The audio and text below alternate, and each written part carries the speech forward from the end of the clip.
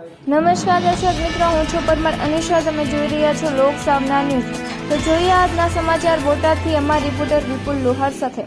બોટાદ જિલ્લાના રાણપુર તાલુકાના નાગનેશ ગામે દીપડો દેખાતા લોકોમાં ફફડાટ ફેલાયો.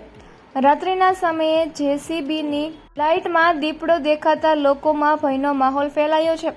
નાગનેશ ગામથી વેજકલા ગામે જવાના રસ્તા પર રાત્રિના સમયે દીપડો દેખાયો. દીપડો દેખાતા વન વિભાગના અધિકારીઓ નાગનેશ ગામે દોડી ગયા.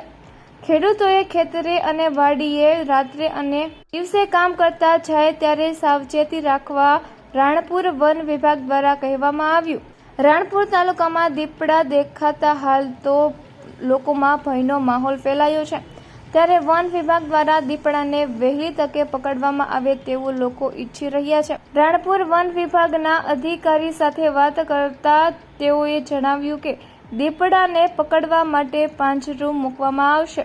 તો ફરી મળીશું એક નવા સમાચાર સાથે. ત્યાં સુધી જોતા રહો લોક સામના ન્યૂઝ.